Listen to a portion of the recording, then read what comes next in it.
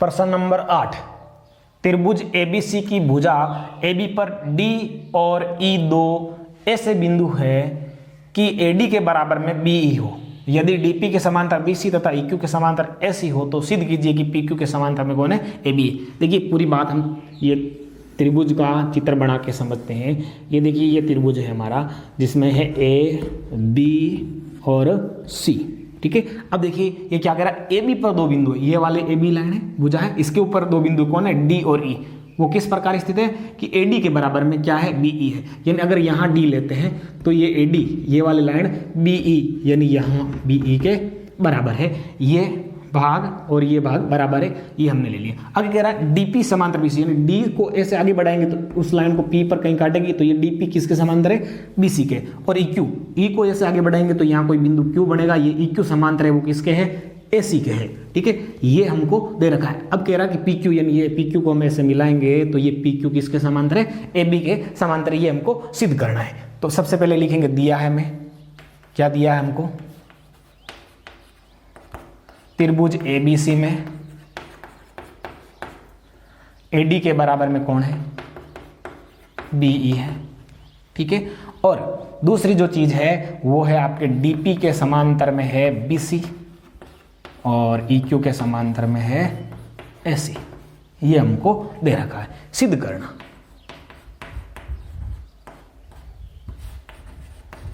क्या सिद्ध करना, हमको सिद्ध करना है कि PQ के समांतर में कौन है, AB है। ये हमको सिद्ध करना है, रचना कुछ नहीं करनी है। देखिए अब उपपत्ति में यहां हम प्रूफ करेंगे।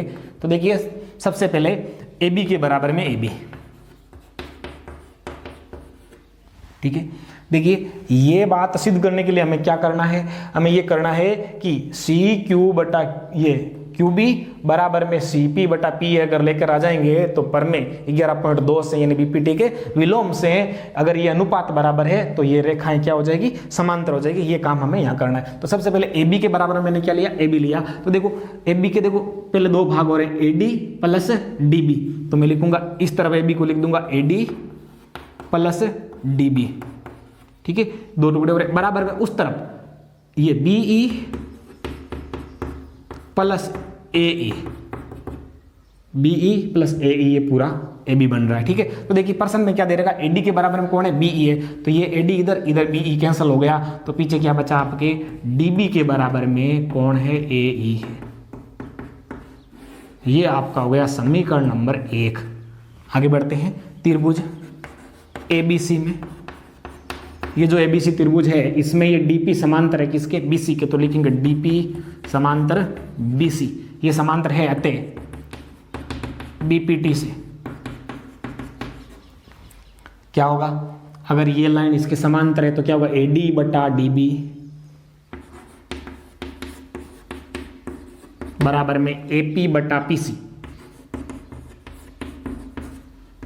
समीकरण नंबर 1, ठीक है। उन्हें आप यही त्रिभुज लोगे ABC में। अब की बार समांतर कौन सी चीज है, EQ के समांतर में AC है, तो आप लिखोगे EQ समांतर AC अतः BPT से। ये समांतर है तो क्या होगा, BQ बटा QC बराबर में BE बटा AE,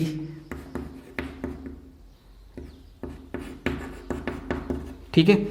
अब देखिए यहां पर हमें क्या करना है, जो चीजें हमने समीकरण 1 में और जो हमें प्रश्न में दे रखी है उनसे हमें यहां पर चेंज कर देना है। देखो AD और BE, यहां पर BE है उसकी जगह क्या रख देंगे AD। देखो BQ का BQ लिख देता हूं, यानी BQ बटा QC, तो मैंने पूरा लिख दिया।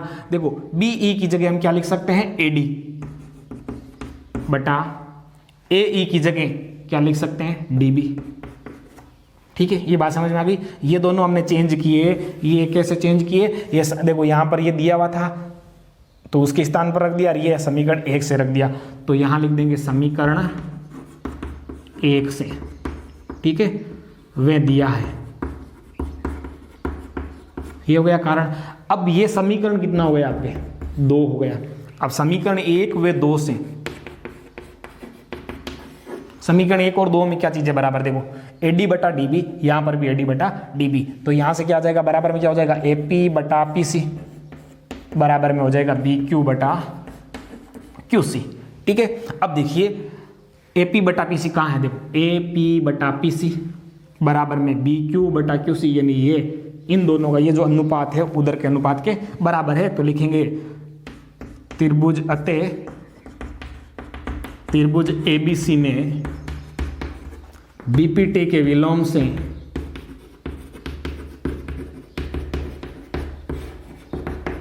क्या हो जाएगा, ये पी क्यू है वो समांतर हो जाएगी किसके, पी क्यू समांतर ए बी हो जाएगा। ठीक है, इति सिद्धम।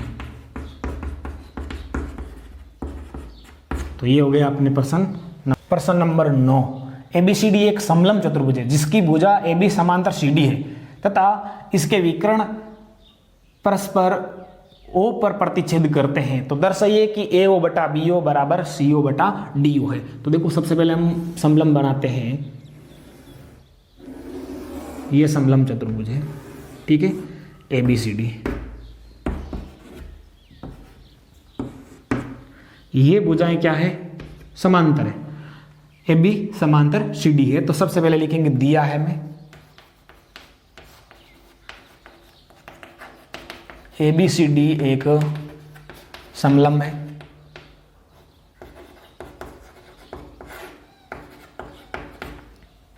और ए बी के समांतर में कौन है, डी सी है। वह विकर्ण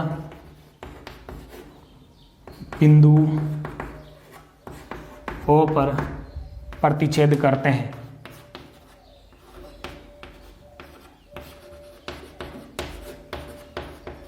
ठीक है, ये विकर्ण प्रतिच्छेद करते हैं इसे।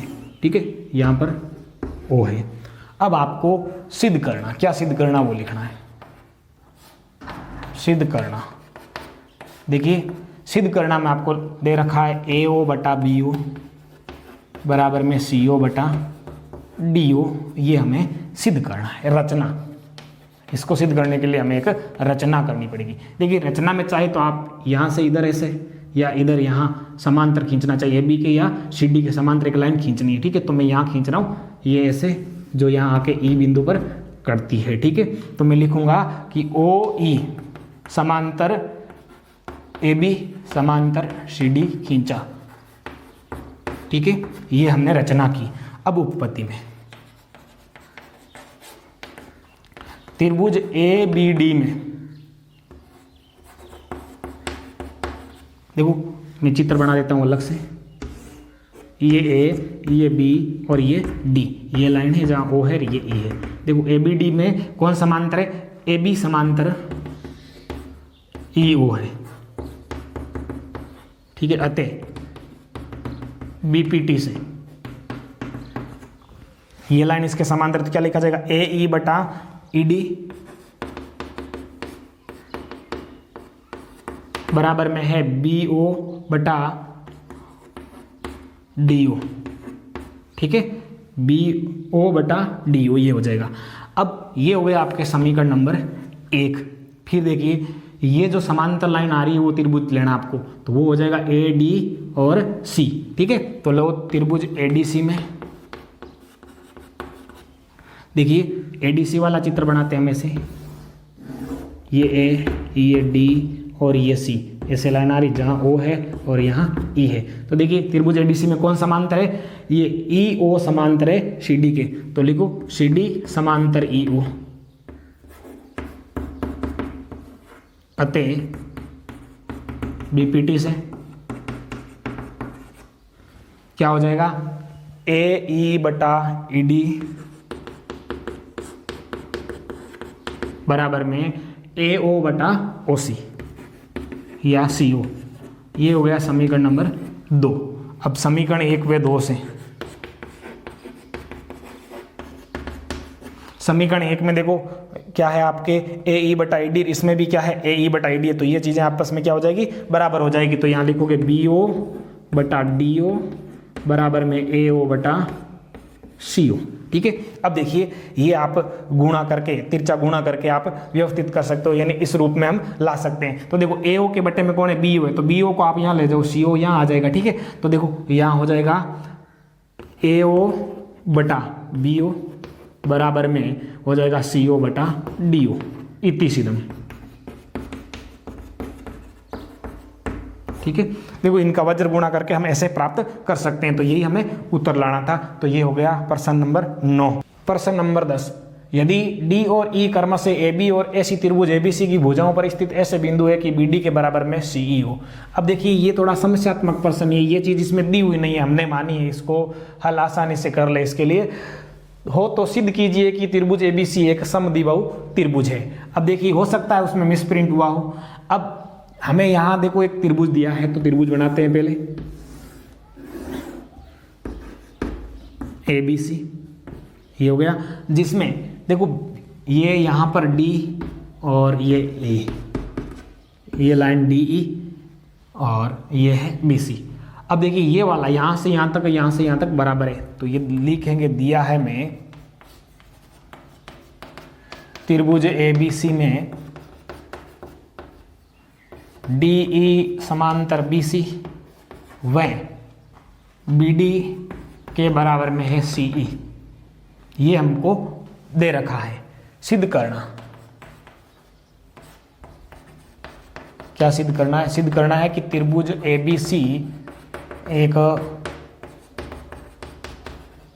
समद्विबाहु त्रिभुज है।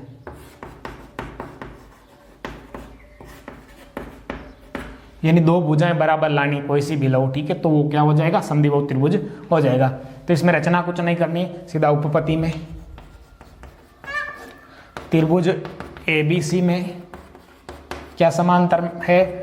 DE समांतर BC है, अतः BPT से क्या हो जाएगा? AD बटा DB बराबर में क्या हो जाएगा? AE बटा हो जाएगा आपके ये इसी। अब क्या करते हैं हम? इसमें दोनों तरफ क्या जोड़ लेते हैं? एक जोड़ लेते हैं, तो लिख देंगे AD बटा DB प्लस 1/1 बराबर में AE बटा AC प्लस में 1/1। तो यहाँ ले सब क्या आएगा? DB आएगा।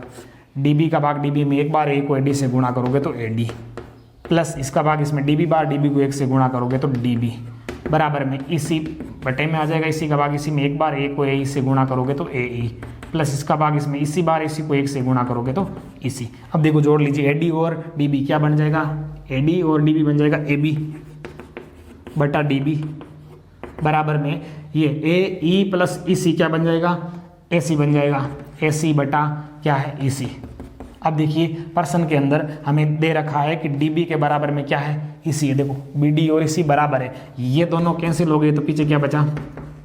AB बराबर में AC। अब देखिए AB और AC बराबर है, तो ये कौन सा त्रिभुज है? अतः त्रिभुज ABC एक समद्विबाहु त्रिभुज है।